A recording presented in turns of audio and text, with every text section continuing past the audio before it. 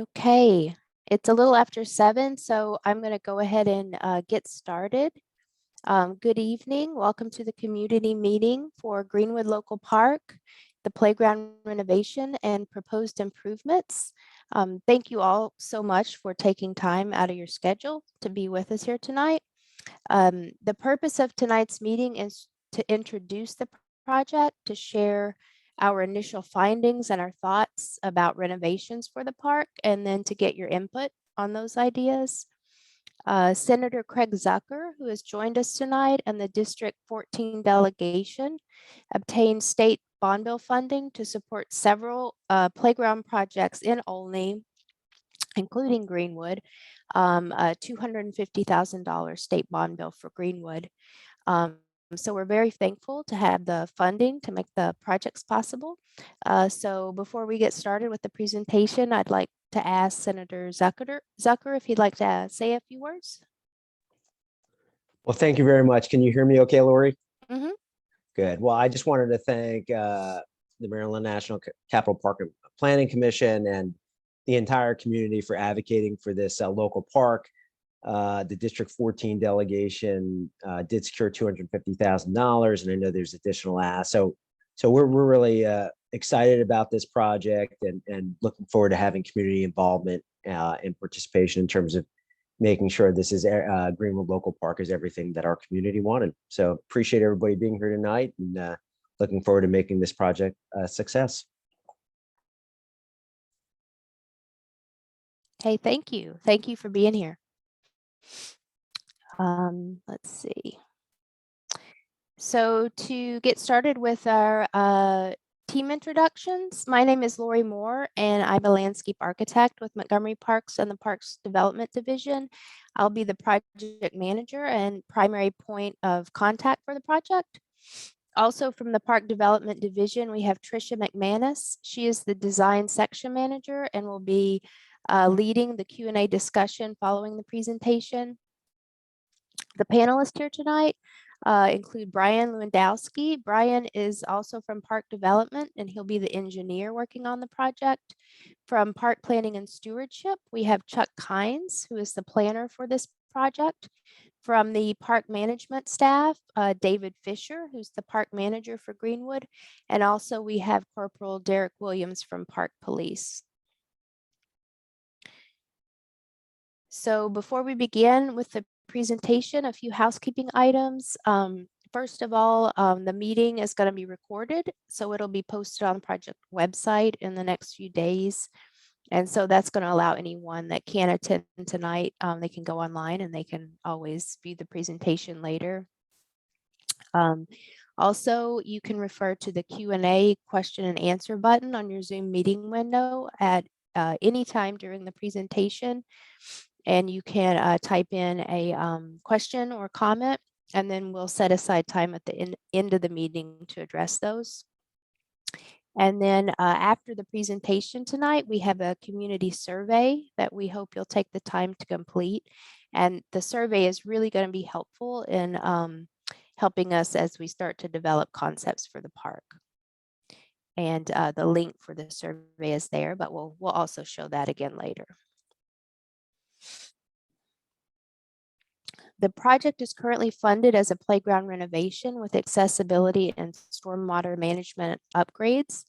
As I mentioned, current funding for the project includes a $250,000 state bond bill and $250,000 match. And we also expect to have additional funding in the near future so that we'll have the opportunity to provide other improvements in the park, such as renovating or repurposing many of the existing facilities, reconfiguring the parking lot, and also providing new site amenities. So for tonight, first, I'll briefly discuss Montgomery Park's playground renovation program in general, then a brief overview of the existing conditions at Greenwood. Then I'll focus on the proposed scope and preliminary ideas, as well as some playground equipment examples. And then finally, we'll go to our Q&A session where we'll address any questions or comments that you have. So first, the playground renovation program.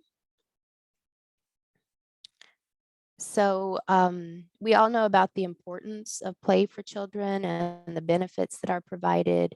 In addition to the physical benefits, play is also critical for cognitive, social, emotional, sensory development, and is perhaps the most influential catalyst for growth and learning during early childhood. The Department of Parks has 275 playgrounds countywide. Each is inspected monthly by a certified playground safety inspector for code compliance and for routine maintenance. So when a playground is nearing the end of its life cycle, which runs about 20 years, it's added to that schedule for replacement. Current funding allows for the replacement of around 6 playgrounds a year. So that means that they're not getting replaced as often as that 20-year average life cycle.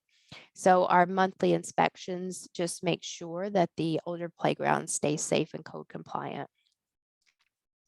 Comprehensive playground renovations are made through the Playground Renovation Capital Improvement Program or as part of an entire park renovation. A playground for a park similar to Greenwood typically cost about $300,000 to replace. The design and construction of the playgrounds is funded by the Montgomery Parks budget, and in some instances, bond bills and grants. There are 123 playgrounds in the system that are over 20 years old, so that means that about 45% of our current playgrounds are actually beyond their life cycle for replacement. When we get ready to prioritize which playground should be renovated first, we look at condition rating. That's determined by the playground safety inspectors. We look at age to determine if the playground's reached the end of its life cycle.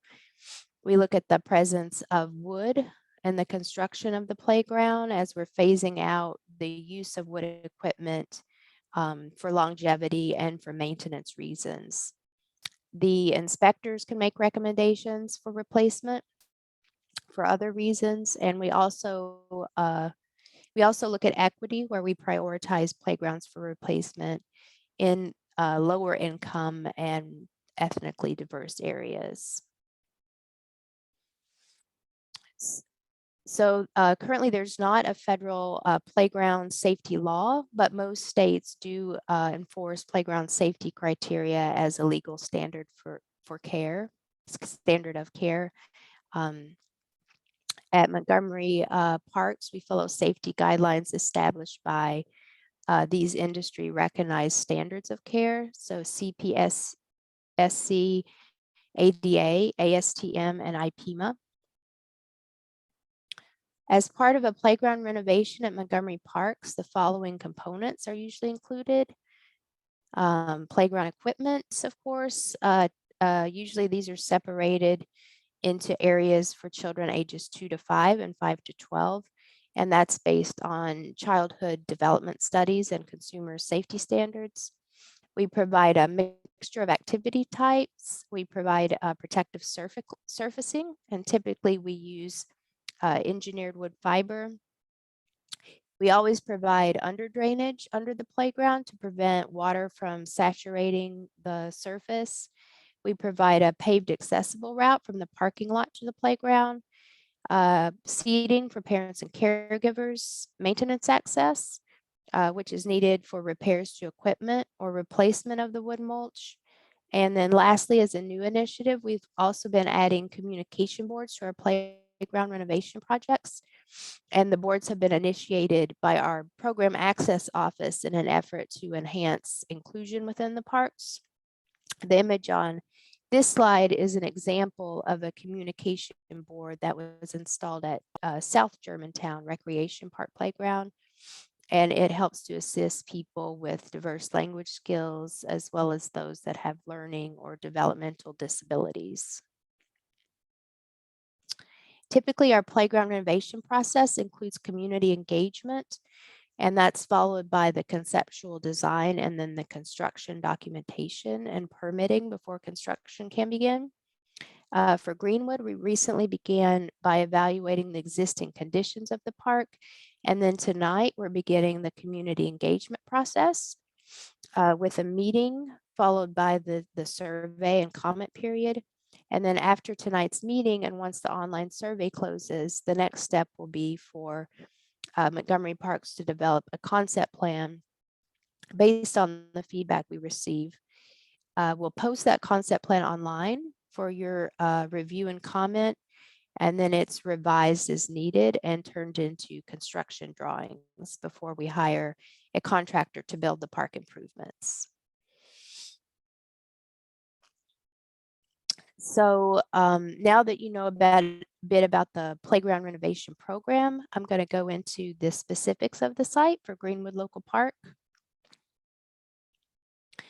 So if any of you aren't familiar with the park, it's shown in red here on the map. It's about 28 acres located in Olney. And in regards to major roads, you have Georgia Avenue on that forms the eastern boundary of the park, and then Olney Laytonsville Road lies to the south of the park. So now zooming in, you have this aerial view. The boundary of Greenwood is shown there in red. And then the extent of the project is indicated with the white dashed line. So this represents the limits of our park improvements for this project. The park is surrounded primarily by the community of Tentera and then also Brookville Knolls on the south. The main access to the park is provided by an access drive, which was once part of the old Georgia Avenue alignment and terminates at the parking lot. And the core park area is located just west of the parking lot. Outside of the park boundary to the west is the Tentera HOA pool. And then to the north of that are the tennis courts and then a paved sport court. On the north side of Greenwood, straddling the park boundary, are multi-purpose fields, and then Greenwood Elementary just to the north of that. There are several features of Greenwood, particularly natural features that provide a lot of constraints when we're looking at developing the site, but there are also things we want to protect because it's what makes Greenwood unique. Some of the natural resources include the large woodland areas, and those are shown in green on the map, as well as several large mature canopy trees within the park. Also, there's several rock outcrops located within the park, and those are really unique placemaking features, but they're also going to present challenges in terms of excavation. Greenwood's also characterized by its topography with relatively steep slopes throughout the site. In our park improvement area, the amenities are located to the west of the parking lot up a hill, and we need to provide accessible routes to each of these amenities as part of the design. And so that's going to be one of our biggest challenges in the design of the park. In terms of connectivity, you have the existing paved trails within the park, as well as side paths and bus stops outside of the park's boundary. In terms of utilities, you have a gas line, electric power line, and water lines that run along the old Georgia Avenue alignment and are going to affect any improvements that we make there to the entry drive or the parking lot. And then we also have underground electric and underground cable that crosses into the park. So now zooming into the core park area. So for the park features, you have 2 full basketball courts located in the north, 2 tennis courts in the south with a handball court located just east of the tennis. The existing playground is located along the west side of the park. And I just want to point out that a portion of the playground appears to be off park property and on HOA property. So as part of the project, we want to eliminate that small area that's currently our off park property and then work with the community to revegetate it. The gazebo is located just east of the playground, and there are 2 significant rock outcrops in this area indicated by the yellow stars. The parking lot and entry drive is located east and downhill of the amenities, as you can see on the aerial. And with the current layout of the parking lot and entry drive, you'll notice that there's a lot of impervious surface that's not currently being used. So if you're not familiar with the park, here are a few photos of Greenwood. At the top left, you'll see the parking lot and then paths that go up the hill to the playground. And then there's a view of the tennis courts. Those were last renovated in 2001. So it's been a while since those were renovated. When we're out at the site, we also noticed that the southernmost part of the courts was under some trees, was heavily shaded. So it caused the surface to be a bit mossy and slippery. So that's something that we'd like to address in the design. On the end, there's a photo of the handball court. And then on the bottom row is a photo of the existing playground. The playground was last renovated in 1990. It's about total square footage is about 3,500 square feet. And as I mentioned earlier, about 1,000 square feet of that is located off park property.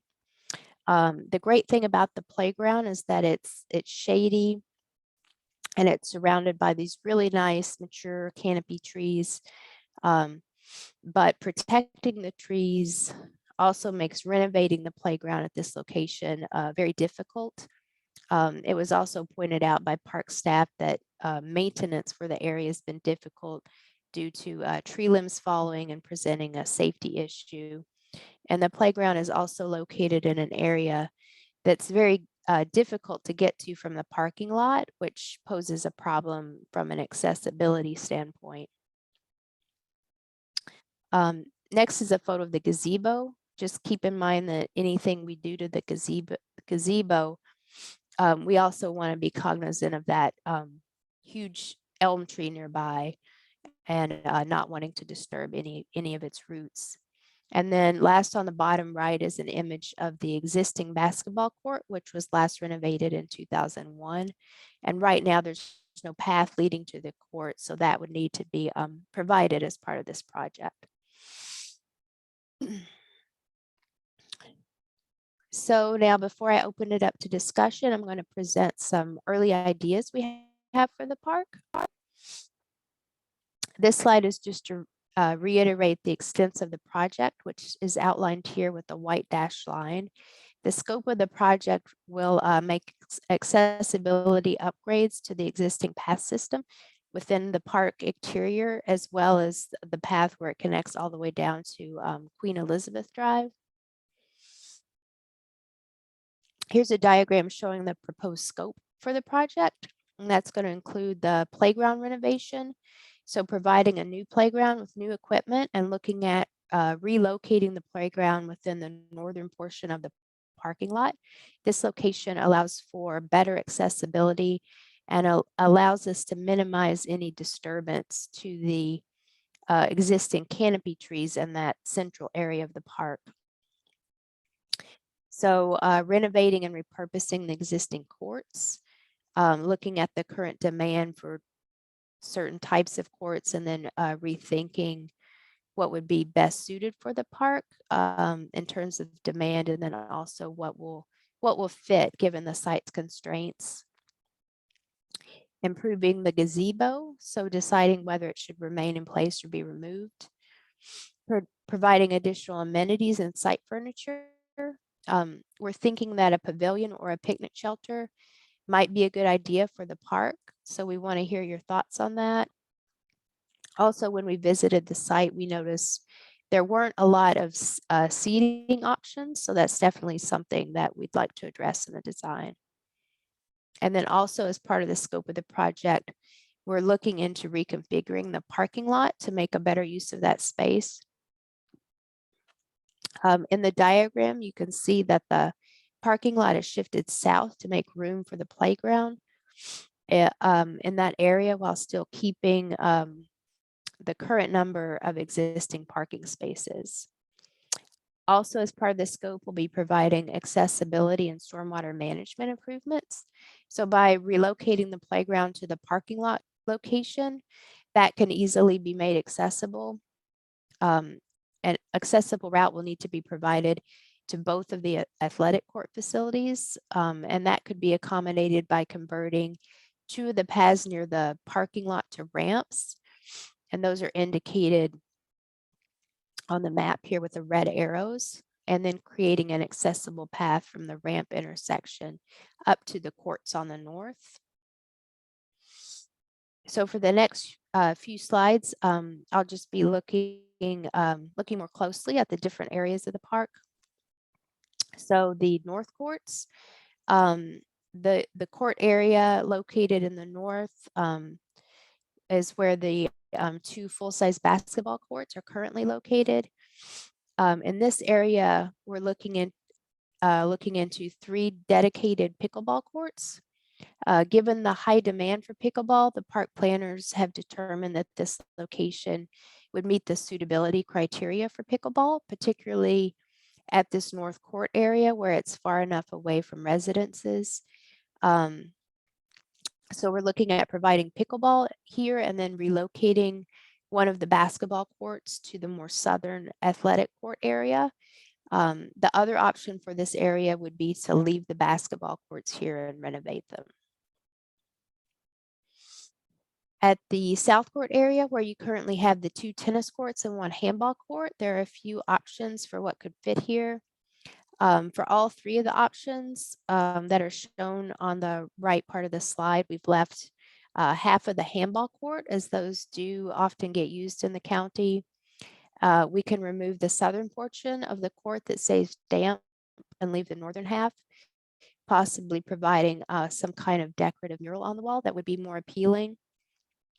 It's our understanding that the tennis courts are rarely used for tennis in this location, and also we know that there are HOA tennis courts nearby, so we're thinking that the tennis courts in the south could be repurposed.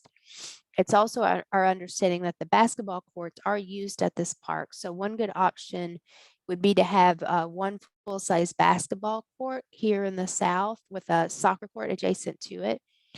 You can see that diagram in the upper right-hand corner. And since these courts are not as long as the tennis courts, it would also give us an opportunity of removing the pavement along the south that is located in the shade.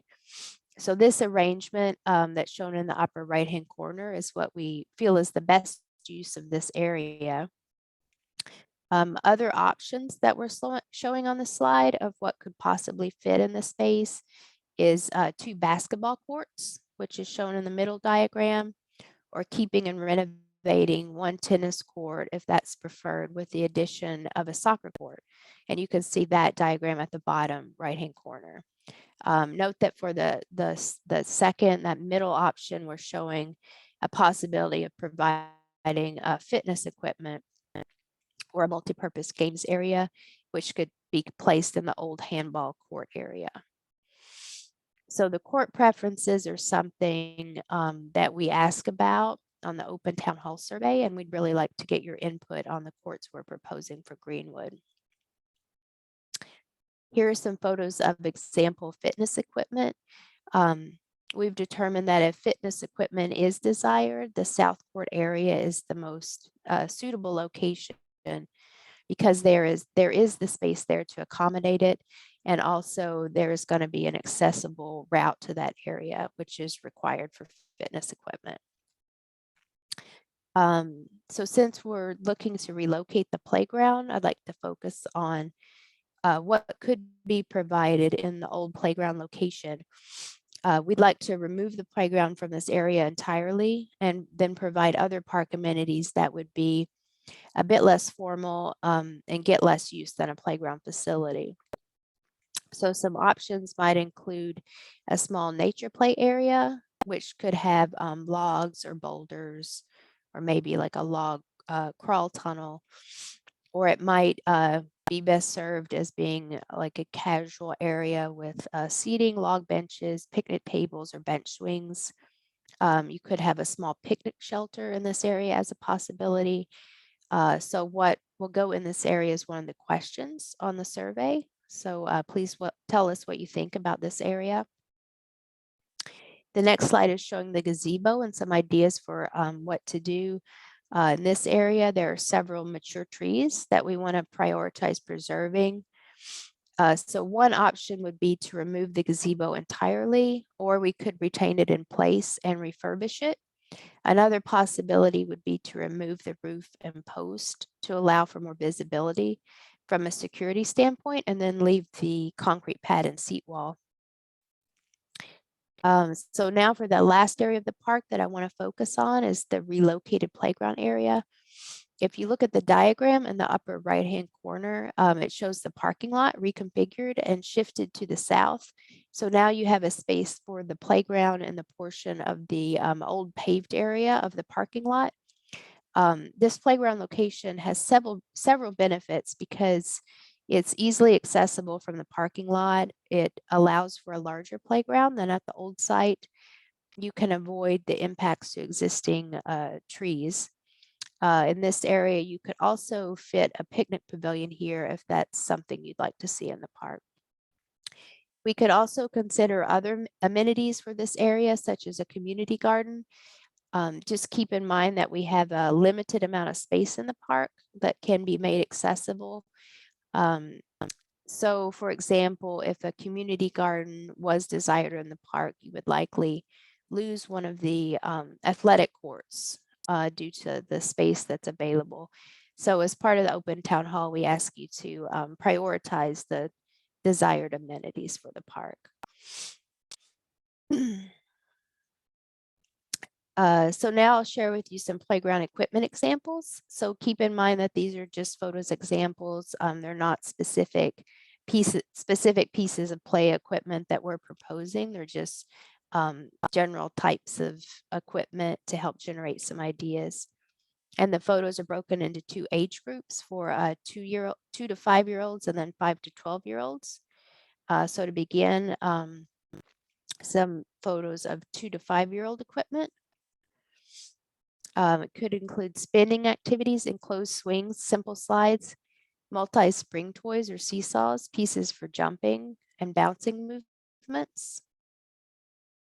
They could also include balancing activities, imaginary play pieces, interactive play pieces, crawl tubes, simple bridges, or easy climbers. Play equipment for ages 5 to 12 typically includes more advanced components with more height and more climbing. Sometimes this type of equipment will allow for shared use so that multiple kids can use the piece at one time. These types of pieces could include track rides, as pictured in the upper left-hand corner. Chain or cable walks are also popular with older kids. Freestanding climbers and spinners. The photo on the bottom left shows a spinner for 1 or 2 kids, while the photos on the right show play pieces where you can have several kids climbing it at one time. On this slide, you have examples of freestanding climbers, such as the boulder climber on the left with the more modern climber adjacent to it. You have images of swings, both the more traditional with the belt seats and also the large circular swings that allow for multiple children to swing at once. And in the lower right-hand corner, you have an example of horizontal bars, which are always popular. And then on the lower left, an example of towers and also challenging slides. So that concludes this presentation, and thank you for listening. And now I'll turn it over to Tricia McManus, the supervisor for the Park Development Division Design Section, who will be leading our Q&A discussion tonight. Okay, thanks, Lori. I'm Tricia McManus, and I'd like to encourage people to please, put any comments or questions that you have. Yeah, continue to put it in the Q&A, and we'll discuss them with our team. As Lori mentioned, our team includes Brian Lewandowski, our project engineer, Chuck Kynes, our park planner.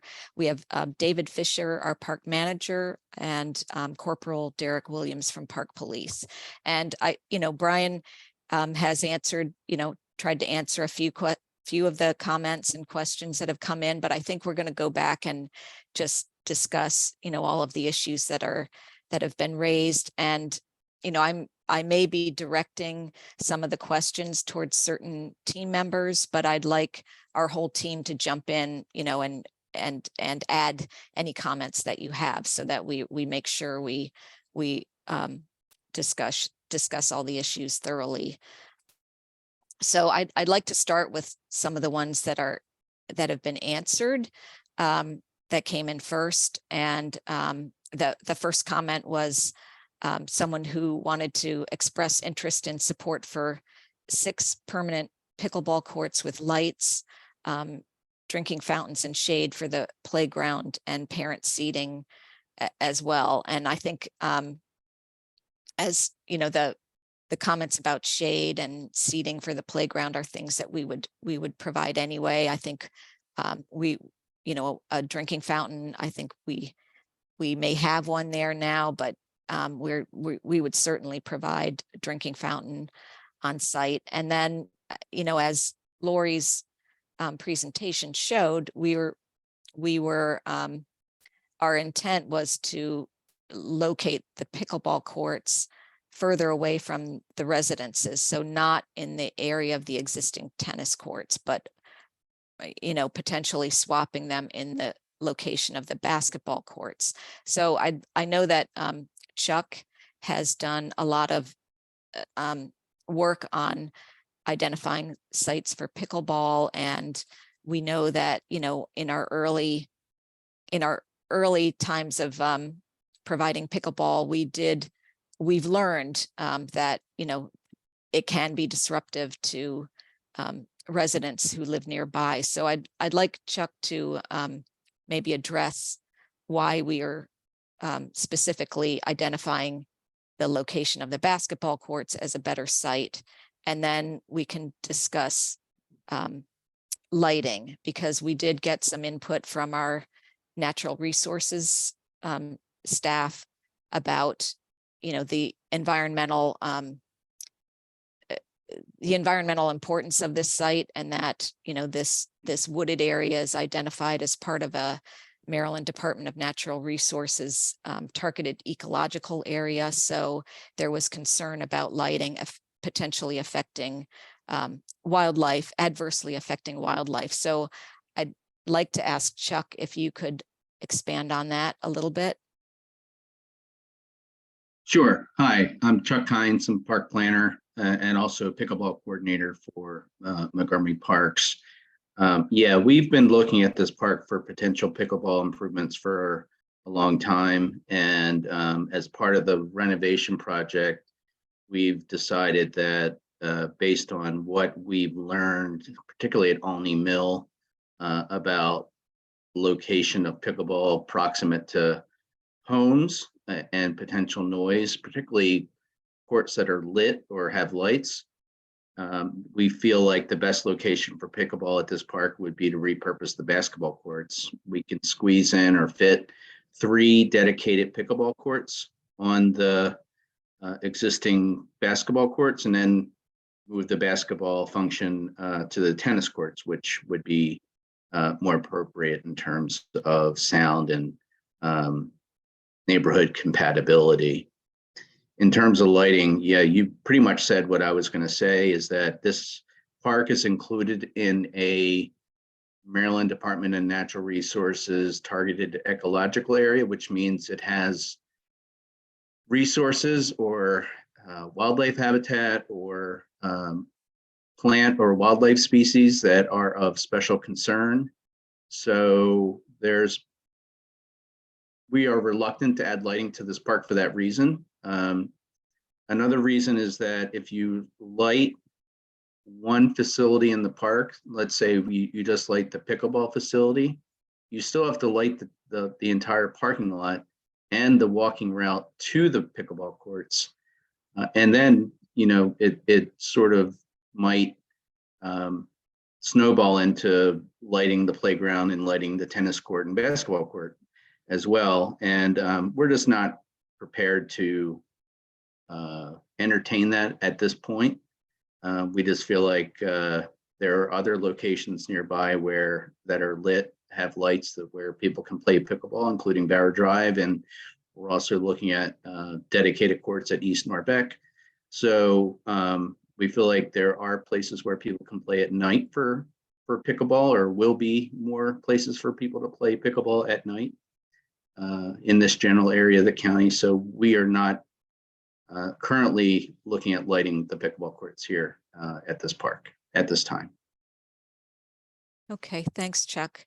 And there's a comment from Mike here. As a tennis player, I support pickleball courts as long as it does not take away from the existing tennis courts and the walls and the wall, which is useful for other things. And you know, we do want to hear, you know, in our open town hall survey what, you know, the priorities are for the courts within the park. We you know, understand basketball is used, or we always see people playing when we're out there. So we, you know, we want to get community input and come up with the right balance. And you know, the one thing that we were thinking, and Chuck, I might ask you to chime in again, since you've been doing some of these site selection studies, but you know, our observation from the tennis, and I saw some other comments that, you know, perhaps the tennis isn't used as much because of the condition of the courts, which is valid. But we also, you know, noticed that the adjacent swim and racket club has several tennis courts, and we do have tennis courts nearby in some of our other local parks. So, you know, that was why we were thinking tennis may not be as much of a priority here, but we certainly want to hear from the community on that. Chuck, do you want to add anything to that? No, I think you hit on it. Yeah, we feel like tennis service in this area of the county, whether provided by parks or by other entities like the adjacent swim and racket club, tennis is pretty well served in this community. The community, most of the members, I assume, are members or have access to the swim and racket club tennis courts. If that's not the case, let me know, or let us know. But, you know, there's two service levels for tennis that we sort of approach, and that is we want to provide a certain number of walk-to facilities for certain communities where there's existing tennis or proposed tennis. But tennis players generally are open to driving to a high quality tennis experience. And the highest quality tennis experience in this area of the county is at Olney Manor Recreational Park, where there are 18 tennis courts. So we feel like there's plenty of tennis opportunity in this area of the county. So you know, there might be an argument to remove tennis from this park, but as Trish said, we want to hear from the community about that. Okay, thanks, Chuck. And, you know, there's another comment here just to explain why the pickleball can't go in the tennis area. And I'm Chuck, you answered that, you know, just the proximity to homes. And, you know, we do have issues with Olney Mill Park, where we had a community meeting about a month ago, and we heard, you know, a lot of comments about the pickleball, the proximity to the homes. That was one of our first areas where we put pickleball, and I think have learned, you know, some lessons from that. So you know, Chuck, I don't know if you want to add anything to that, but you did address the comment in writing. Yeah, Emer Daly, who's a pickleball advocate and representative for the USA Pickleball Association, just asked, what's the distance to home? So if we were to add pickleball to the existing tennis courts, the nearest home is 90 feet away. And that's really, really close. And there's probably 5 or 6 houses within 150 or 200 feet, which is still pretty close. If you move it to the basketball court, the number of homes that are within 200 or 300 feet is dramatically lower. So that's why we're looking at the basketball courts. Okay, thanks, Chuck. And there's a comment here again that the wall is heavily used. So that's a good comment for us to know. And we can certainly, we'd like to get people's feedback on that. And, that would be something we'd like to hear from everybody. And here's a comment from Samuel saying, could a handball or wall court be installed as part of the tennis court fencing instead of extending beyond, similar to a hitting wall? And then that space where the handball court is could be made into a fitness area. So yes, that's certainly a possibility. I mean, there is a possibility we could, as I think Lori had in one of her options, had looked at maybe keeping half of the one side for hitting against and maybe having fitness equipment on another side. That's a possibility as well. So those are all things we could look at, and we'd really like to hear, what are the activities that people really want, and we'll try to see how we can accommodate them. Here's a comment that the park is largely used for walking, jogging, and dog walking. And could we get another walking loop off the main loop to include the old Georgia Avenue? So the old Georgia Avenue, and Lori, jump in here, or Brian, I think is the access road to the parking lot. Is that right? And what are Lori, if you could maybe address, is there a possibility to get another walking loop in there? I know that there's such a great deal of grade change. We were really struggling with how to make the walkways accessible. So maybe Lori, could you try to address that one? Yeah, I think, you're right. The old Georgia Avenue alignment would be that entry drive. And then north of that are woodlands. So we wouldn't want to disturb those. And I think we're trying to concentrate the improvements to that core area of the park, but the existing trail that is there, we do want to improve that. We're going to ensure that it meets trail accessibility guidelines and make sure it's resurfaced. But I'm not sure about if we have the budget to get an additional loop as part of this project. Okay, thanks. And there's comments here about some, wouldn't want lighted pickleball courts due to the proximity to the homes, and also a question about schedule. Lori, could you review what we were thinking the timeline was for the project?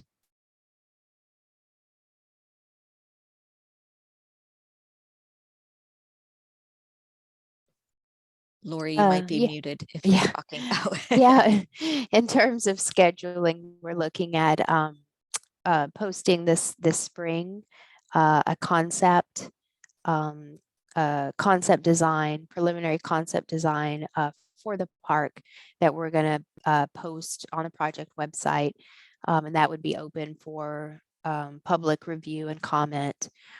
And then at that point, we would work on the concept more to refine it based on that feedback. And then we'll start going into the detailed design and getting the construction documents ready, the permitting. And that could take anywhere from maybe 9 months to a year, depending on how complicated the permitting is. And then looking into construction, possibly the summer, fall of 2024. Okay, thanks. Thanks, Lori. A comment here from someone who likes the idea of repurposing the basketball, and, comment that pickleball is important and there would be demand, and maximizing the distance between homes is a good idea. Also, the next comment is someone who is very interested in pickleball, but wanted to know, do we have someone experienced with pickleball court design being consulted to make sure they're planned to take into account specific things that are important to players, such as minimal space between courts, dividers, and accessibility. So I'm going to ask Chuck about that as well. I believe we have park standards for pickleball design and layout, but I think if there's specific suggestions that you have regarding the layout of the courts, and we would love to hear those in the comments, either in the open town hall or to, send your ideas to Lori. But if there are things that are standards that you're not seeing in the other courts that we've built that should happen, we'd really like to hear that. Chuck, do you want to address, I mean, you're more familiar with what the standards might be and what we typically provide. Yeah. If we're going to do dedicated pickleball courts in this park, we want to make sure they're a high quality experience, and we don't want to squeeze too much in. It's possible we could squeeze in 4 pickleball courts, but there wouldn't be much space between the courts. We feel like 3 is probably the right number so that there's not much overlap in play between pickleball courts, and there would be enough space to provide separation and barriers for balls traveling along the court, invading other court spaces. So that's why we've come up with a number of 3. I know people are interested in 6. The only way we would get 6 pickleball courts here without excessive costs would be to repurpose the existing tennis courts, and because they're so close to homes, we're just not going to do that. We've learned too much at Olney Mill, where the homes are 200+ feet away, and we're still getting a lot of complaints about noise and crowding. We feel like because there's plenty of parking here, and the basketball courts are a sufficient distance away from homes, we feel like this really is a good location for dedicated pickleball courts. And it will be a high quality experience. We don't want to squeeze in too much. Okay, thanks, Chuck. This next comment is saying that provision of an adult fitness facility similar to the one at Wheaton Regional Park would be a significant improvement, and that is certainly feasible.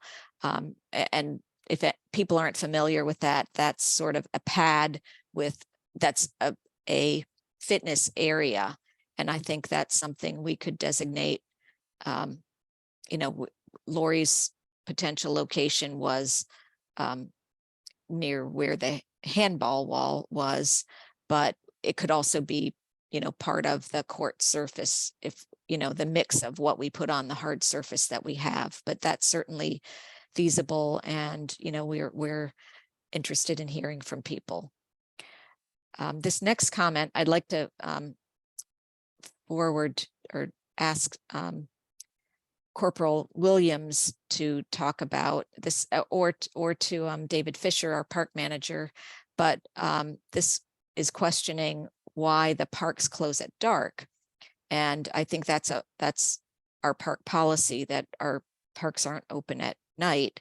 But if David or Corporal Williams would like to maybe just expand on park rules and park policy, that would be helpful.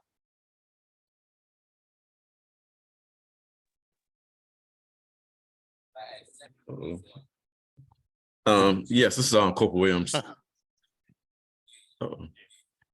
this is Corporal Williams.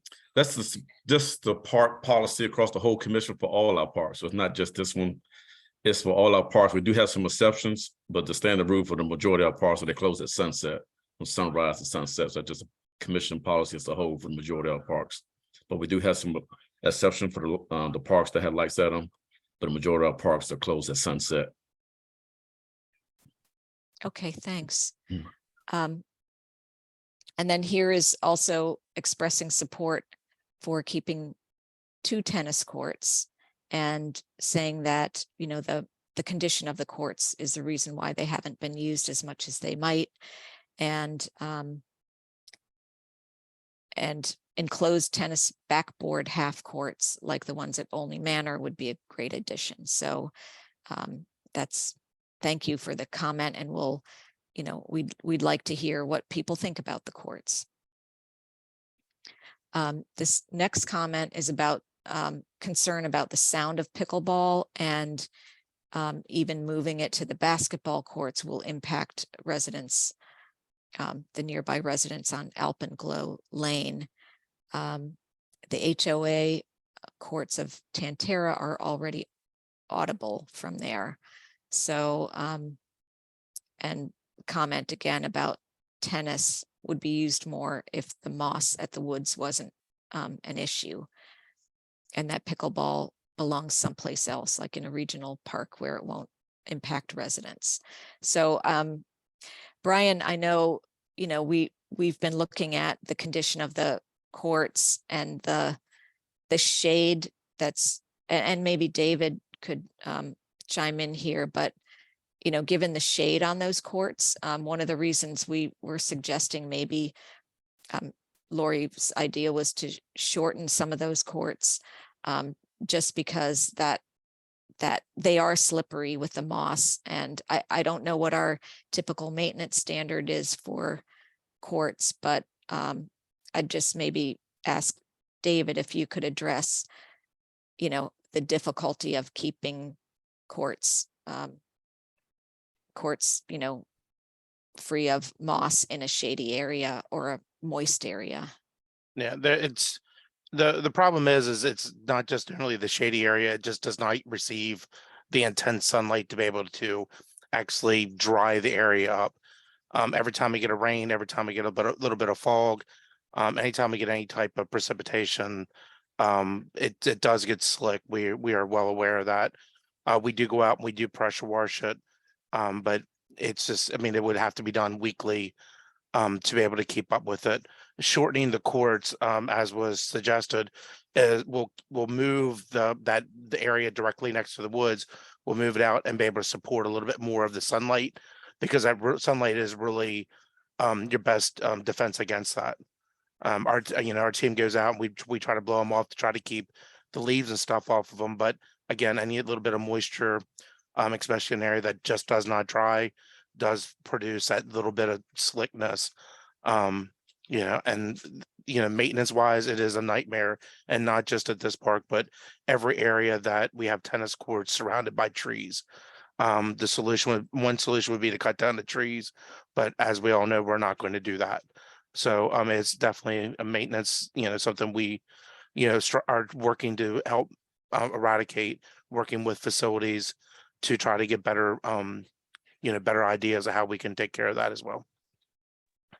Yeah, and that was going to be part of my comment too, that it is a wooded area and we're not going to basically take down the trees, and so we're looking for ways to repurpose those facilities and help generate a better facility.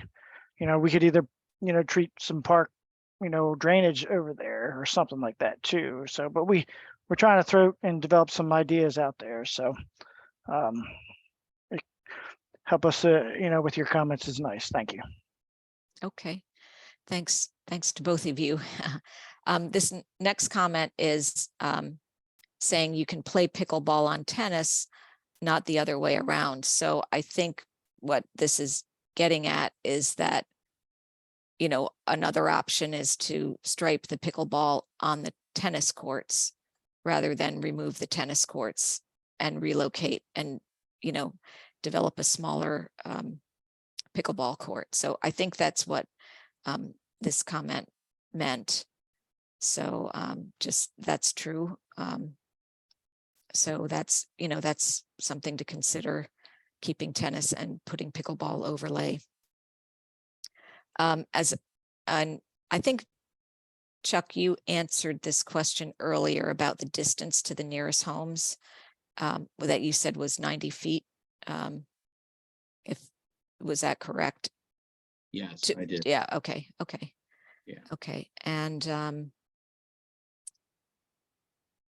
this question says there's a couple of homes that butt right up to the tennis courts. And yes, we are aware of that, which is why we were proposing the pickleball on the basketball court area. But Michelle, I see a note that you would like to answer. Did you want to add something here? Michelle from our. No, sorry. Okay. Okay. Copying Okay. the questions. Okay. And another comment about 6 pickleball courts. And I think we had sort of talked about the challenge about getting 6 pickleball courts. They would need to be close to the homes, and that really isn't something we would be willing to consider.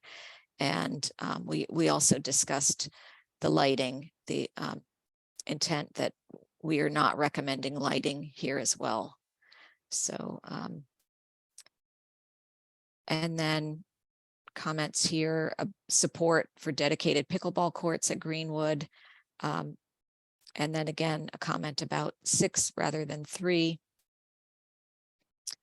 And that the tennis courts would be great if the moss could be irradiated.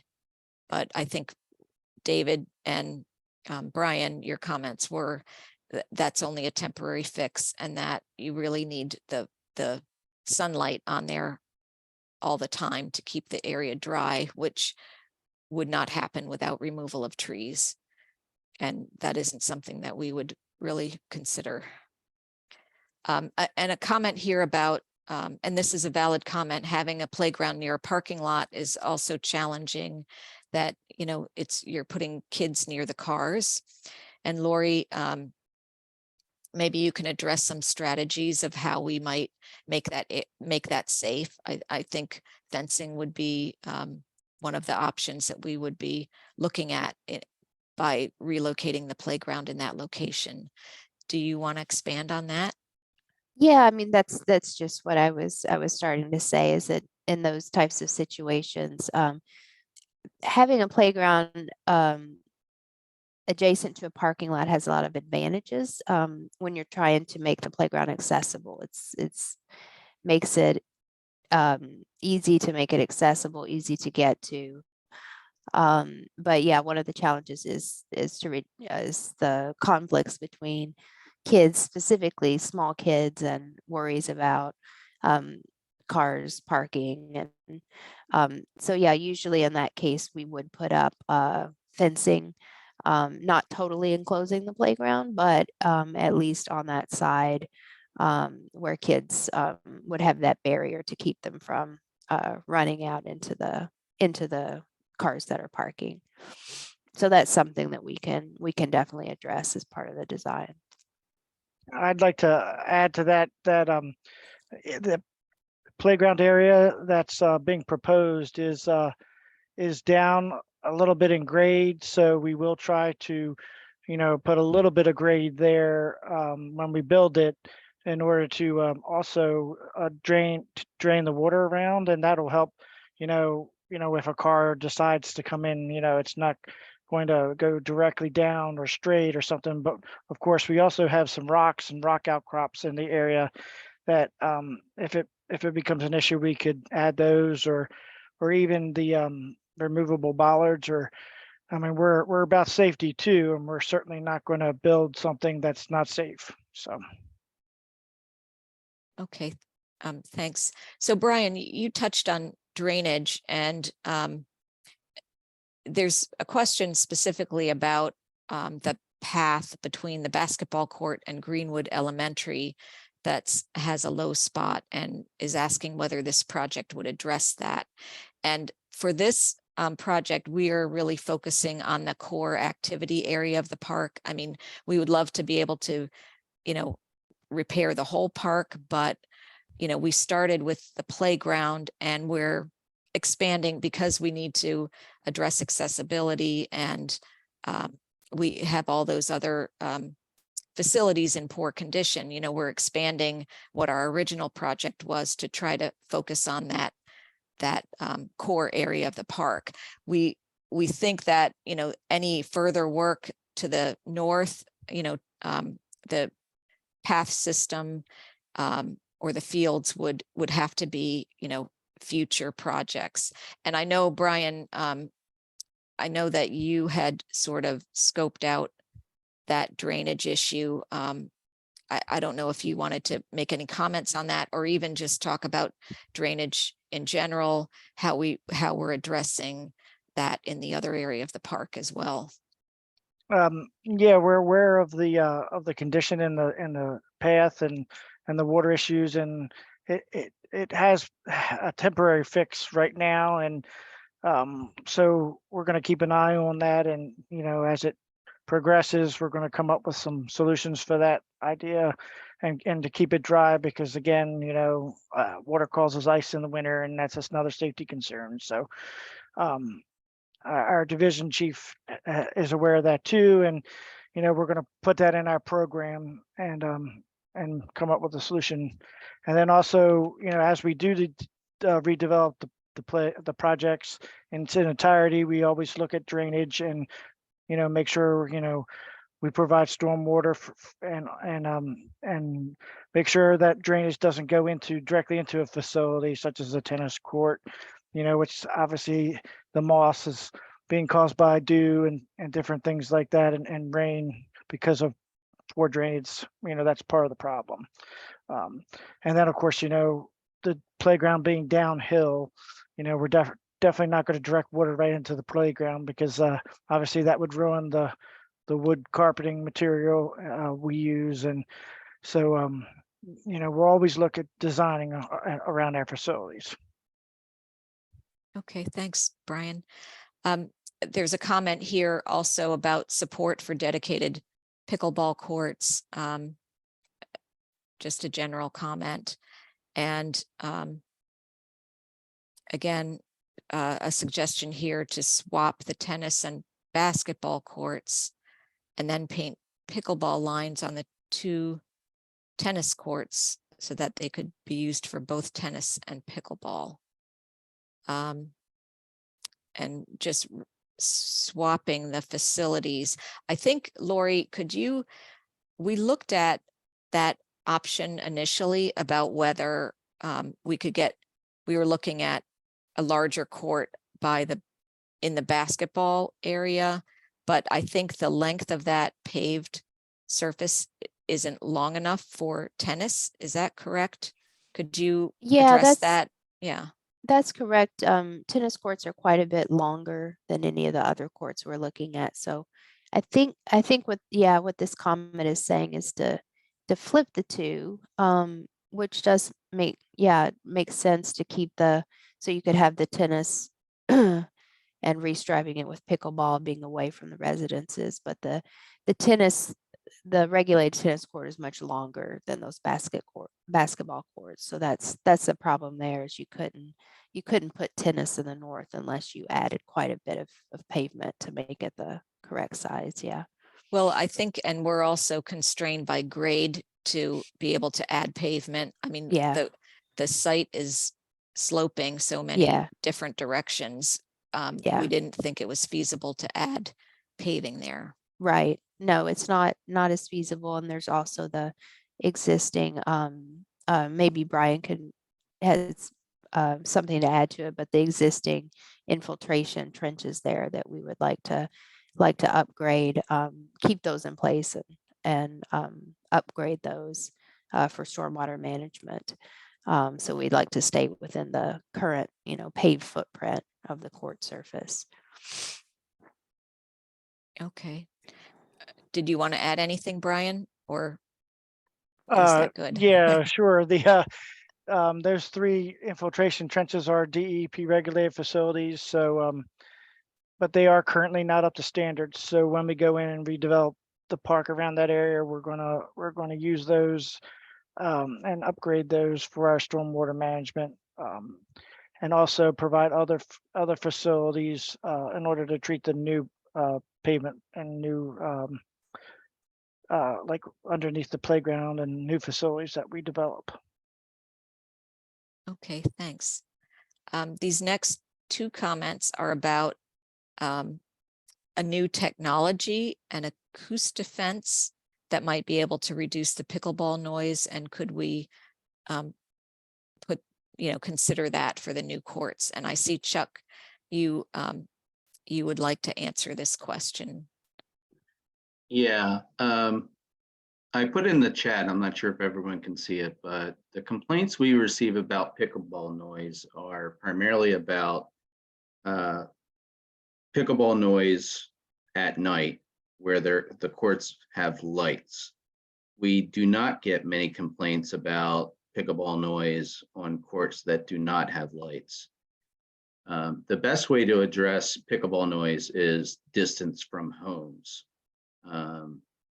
If you have to put pickleball courts close to homes, then maybe we consider, mitigation measures like acoustic fences. But, if we move the pickleball courts to the basketball courts, I feel like the distance from homes is sufficient to mitigate the noise or minimize the noise. And these courts will not be lit, so we're not going to get complaints about pickleball at night. Okay, and could you expand, because this next comment says, well, if lighting is the issue and you're not providing lighting, then surely the courts could go into the tennis area with that noise fencing. That's true if the homes were at the same elevation as the tennis courts, the acoustic fence might work. But the homes that are adjacent to the tennis courts are higher in elevation than the tennis courts considerably, and the acoustic fence would have minimal effect here. Okay, thank you.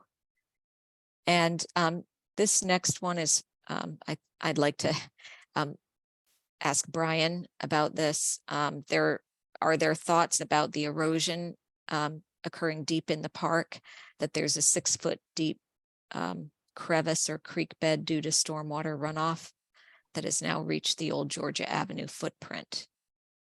I guess that means the stream bed's channeled.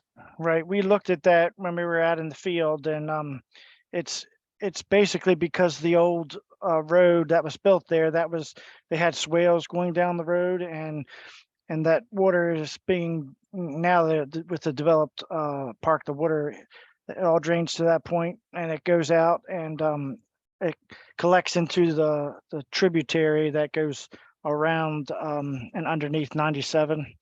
So we've talked to our park planning and stewardship division, and in that location where we're proposing the playground, it's not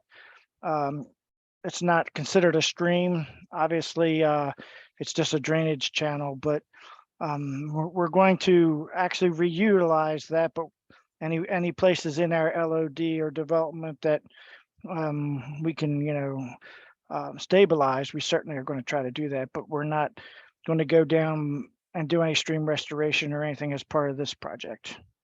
But we are aware of those drainage items. Okay, thanks, Brian. And the next question is, will the new parking lot be pervious concrete? And no, and Brian, you can address this, you can add to this as well, but we typically don't, that's not a standard detail for us, only because pervious concrete requires regular vacuuming to make it effective, and it isn't a practice that's something that's easy to maintain. And in addition, the soils have to be infiltratable, and obviously with the roadbed of Georgia Avenue being there for so many years, the soils, when they constructed that area too, and there's a lot of rock outcrops, aren't ideal for that scenario either. So, but we do check that as a first line of stormwater whenever we do a job. That's the first thing that you have to do, is test for infiltration. And if you do have infiltration, then those are the practices you have to follow based on the regulations. So, so obviously, we always check that up front. So. Okay, and here's a comment, and I'm glad you're continuing to add comments, all of you, as the conversation's progressing. But here's, given the problem with maintaining the courts where they are and that they can't be moved to the basketball courts, I think it makes sense to repurpose the existing tennis courts for basketball and athletics, but please leave both sides of the ball wall so that tennis players will have somewhere walkable to hit against a wall when the HOA courts are in use. So that's a valid comment that for consideration, you know, everybody gets something they want, and the tennis players can hit against either side of the wall. So those are all the things we want to hear, you know, in the open town hall survey. So thank you all for those comments. And please, you know, we have time left. So if anyone has additional comments, please put them in the Q&A. And in the meantime, I think I'd like to ask our park manager, David Fisher, if you have any, you know, general observations or comments about this park from a maintenance and operations perspective. And I'd also like to ask Corporal Williams if you have any, you know, things that are important to you to consider about this park, or anything unique, or anything your goals for the redevelopment of this park. I mean, we always include our operations staff on our design teams, but it'd be good for if you want to share any, you know, of the concerns that you look at from the maintenance and operations standpoint. So whoever wants to go first. I'll go first. Greenwood is a very unique park. It's a very inviting park. It has features that are not just don't have in other parks, but it is a maintenance nightmare. Getting vehicles in, getting vehicles out, getting vehicles down to the athletic fields. It just seems like it fights us every chance it gets. Getting up to the shelter, getting up to the playground. The renovation, you know, we're looking at it, in my opinion, seems to be, you know, a boon for us. It's going to be a lot easier to be able to get to a lot of the areas. Reducing the size of the tennis courts will give a chance for sunlight to help dry the courts out. There's a lot of positive things. And again, all I can say is this, it's one of my favorite parks to go to and walk around because of the rock outcroppings and the mature trees. It is definitely a hidden gem. And I am, you know, proud to be working there and have the opportunity to be part of this project. Thanks, David. Corporal Williams, do you have any things from the police, you know, operations perspective you'd like to, you know, share? Like one thing about the Greenwood Park is one of our quieter parks. We get very few calls of service there, which is a good thing. I looked at the call of service for this year. I think we had a total of 5 and no major offenses. I think one was a trash dumping complaint. And like I said, so that I like that park. It's always been that's one of my favorite parks. When I worked patrol, I used to stop by the Chick-fil-A or the Five Guys down the street and come there and sit and eat lunch. I always liked that park. So, and then with the new designs too, by being open, that's our biggest concern. That's clear visibility. That way, no matter where you're at the park, you can have a clear line of sight, see people approaching you. I'm encouraged by the new plans, but we have no concerns. Okay, thank you. Yeah, and that is, you know, we do always have park police evaluate our projects for CPTED, which is crime prevention through environmental design. So that's, you know, some concepts that policing uses to make sure there's visibility and that, you know, there's surveillance of the natural surveillance of the park that make it feel safer and make it safer. So thank you both for adding, you know, those comments. We do have a question.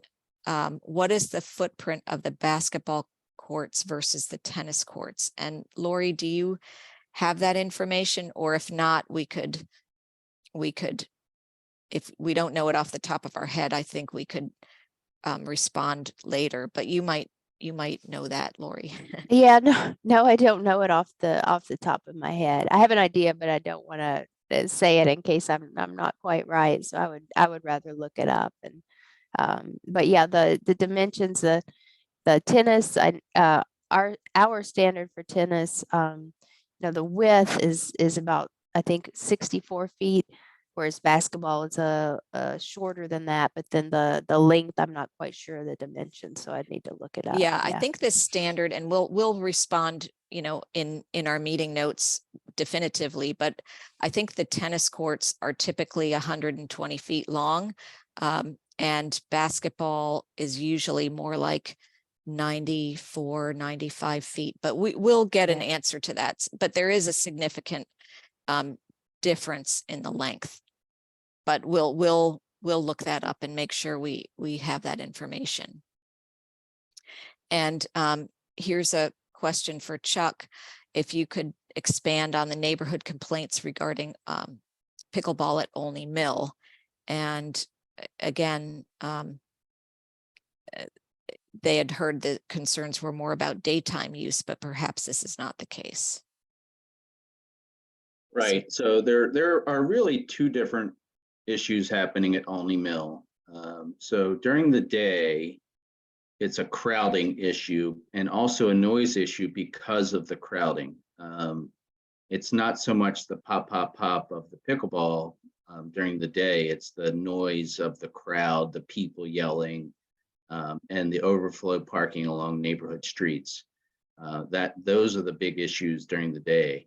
At night, the pickleball noise is more prominent because the ambient noise levels of the neighborhood go down. The lawnmowers, the cars driving, airplanes going overhead, whatever. The ambient noise levels go down. So pickleball noise is much more prominent at night. So we get complaints during the day about crowding. We get noise complaints at night because of the more prominent sound of pickleball. I hope that helps. Okay, thanks, Chuck. And I think Brian is answering this now, but there's a comment. Have we thought about moving the old water trough? Oh, it disappeared into answered, but Brian, appears to be mostly quartz. I don't even know what that is. Can you I've talked to explain the what that historic. is? Yeah, it's an old horse trough that the farmer used when they operated the park long time ago. And I talked to the historic section, and they have it on record that's there, but we really don't have any plans on moving it, because if we tried to do that, it would create more a disturbance to the trees and the woods than moving it anywhere in particular. So where exactly is that? Because yeah, if you I walk can't down, visualize it. if you walk down the path past the basketball courts, and go, towards the school, it's in the woods Oh, off to the right hand side. You really can't see it unless the leaves are off the trees. Then it becomes very evident as you're walking down the path and looking to your right that it's there. So Okay. but yeah, we picked that up on our topo, and Lori and I looked at it, and we thought it was kind of cool, actually. But yeah, but we're Okay. aware. Thanks. Okay. All right. Thank you. Well, that looks like, the questions that we have. If anyone has any last burning questions or comments, please type them in. But we really want to thank everybody for joining us, and that you will have plenty of opportunities, to provide input as we move forward. And we encourage everyone to go on the Open Town Hall survey and give us your comments there, so we can, gather input and build a park that everybody wants. And if you have any questions that you think of later, or if we didn't address an issue well enough tonight, please feel free to contact Lori directly, and her information is up on the screen right now, and it's also in the chat. But before we close, I'd also like to acknowledge some of our other team members who are supporting us in the background on this call, particularly Michelle Ramirez and Melissa Chotner. They're from our public affairs office, and they always help us with all these Zoom meetings to make sure things run smoothly, and so we don't have to worry about all that. So thank you to them, and thank you to our team, and thank you for everyone for being here tonight. So I'd like to turn it back to Lori if you have any final comments to close the meeting. Yeah, I just wanted to say thank you guys for logging in tonight. Thanks for all your great comments, and I'll look forward to looking at the survey and seeing what other input we get. So thank you. Have a great night.